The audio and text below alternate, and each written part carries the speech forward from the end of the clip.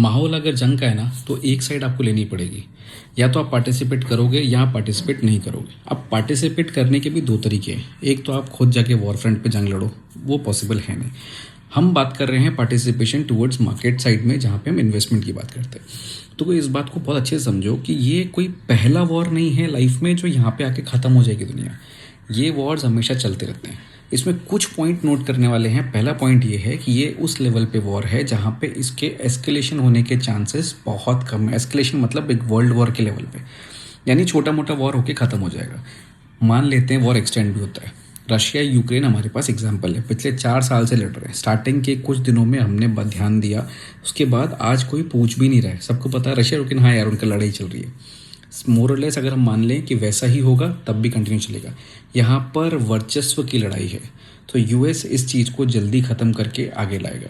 Iran के पास ना तो अच्छा बैकअप है, ना ही उसके पास लीडर्स हैं जो इस चीज़ को कंटिन्यू करेंगे। लीडर्स जो अब हैं अब नए आएंगे, वो उन चीज़ों को देखेंगे, किस पर्सपेक्टिव से देखते हैं, कैसे देखते हैं, वो एक ऑल टुगेदर डिफरेंट स्टोरी। हम उसके ऊपर नहीं जाते, हम इसको समझते हैं मार्केट के पर्सपेक्टिव से। मार्केट के पर्सपेक्टिव से अगर हम इसको समझने की कोशिश करें तो मार्केट के पर्सपेक्टिव में एक बहुत सिंपल सी चीज़ है कि यहाँ पर इम्पैक्ट किसके ऊपर पड़ेगा। 4 चीज़ों के ऊपर इम्पैक्ट पड़ेगा: crude oil, natural gas, interest rates, dollar and precious metal, जिसमें गोल्ड सबसे इंपॉर्टेंट है, राइट। प्रीशियस मेटल्स में हम सिल्वर को एक बार के लिए साइड में रखते हैं, हम बात करते हैं गोल्ड की। गोल्ड में कल जो हमें एक डिप देखने को मिला, कल क्योंकि मार्केट्स यहाँ बंद थी फिर भी हमें एक डिप देखने को मिला।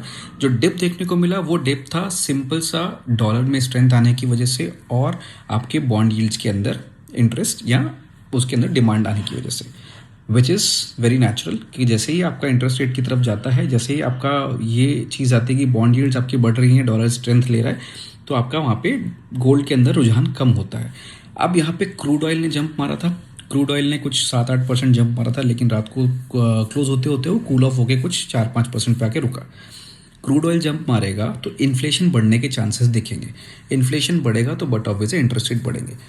समझने वाली बात यह है कि अगर इन्फ्लेशन बढ़ता है इंडिया में, एज ऑफ नाउ हम लोग अंडर इन्फ्लेशन की बात कर रहे हैं, अगर इन्फ्लेशन बढ़ेगा तो आपके जो रियल रिटर्न्स हैं या नॉमिनल जीडीपी है ये आपकी ग्रो करेगी। आपकी कंपनी के जो पैरामीटर्स हैं जिनको आप बोलते हो रिटर्न साइकिल, वो ग्रो करेंगे। अभी हम सिंगल डिजिट की बात कर रहे हैं, इन्फ्लेशन बढ़ेगा तो वो ज़्यादा बढ़ेंगे, 12-13% पे जाएंगे, which is good for economy as of now. मैं ये नहीं बोल रहा परमानेंट।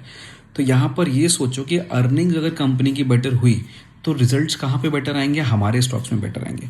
तो जब ये पर्टिकुलर सिनारियोज हमारे फेवर में चल रहे हैं, अर्निंग्स बेटर होने की तरफ जाते हैं, इवन अगर रेट क्रूड के जैसे रेट्स बढ़ते हैं तो भी अर्निंग्स बेटर ही होंगी, तब भी हमें इन्वेस्ट करना चाहिए ऐसे समय पे। मैं ये नहीं बोल रहा कि पूरे के पूरे 100 रुपीज़ डाल दो, स्टैगर्ड मैनर में करो कि ठीक है 100 रुपीज़ डालने हैं तो मैंने हर 2-3% डिप पे मैंने 10 रुपये डाल दिए और 50 रुपये तक इन्वेस्ट किए, देन बाकी का 50 रुपये जब मार्केट स्टेबल होकर ऊपर आएगा तब कर लेंगे।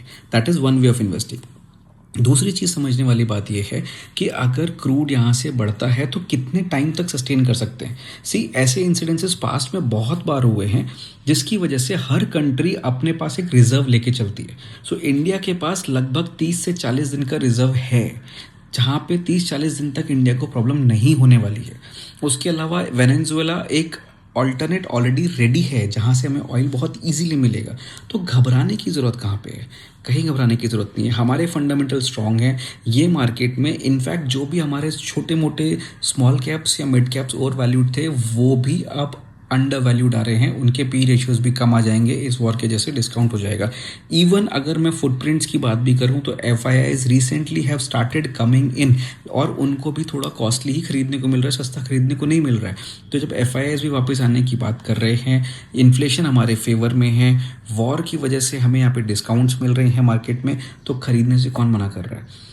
आपको सिर्फ ये सोचना है कि आप इन्वेस्टर हो या ट्रेडर हो। अगर आप ट्रेडर हो तो ये डेली की न्यूज़ आपके काम की है और डेली की न्यूज़ आपके माथापोड़ी की है। अगर आप इन्वेस्टर हो तो आपको ये डेली की न्यूज़ के बारे में नहीं सोचना है, लेट इट बी। आपको सिर्फ टाइम के ऊपर ध्यान देना है कि हाँ ठीक है, this is a good time, I have to stay for a little longer time, that's it. So दोस्तों, पार्टिसिपेट करना है या नहीं करना है ये आप डिसाइड करो। पार्टिसिपेट करना है तो एज ए ट्रेडर पार्टिसिपेट करना है या एज ए इन्वेस्टर पार्टिसिपेट करना है, ये भी आप डिसाइड करोगे, क्योंकि पैसा है आपका और फैसला भी अल्टीमेटली आपका।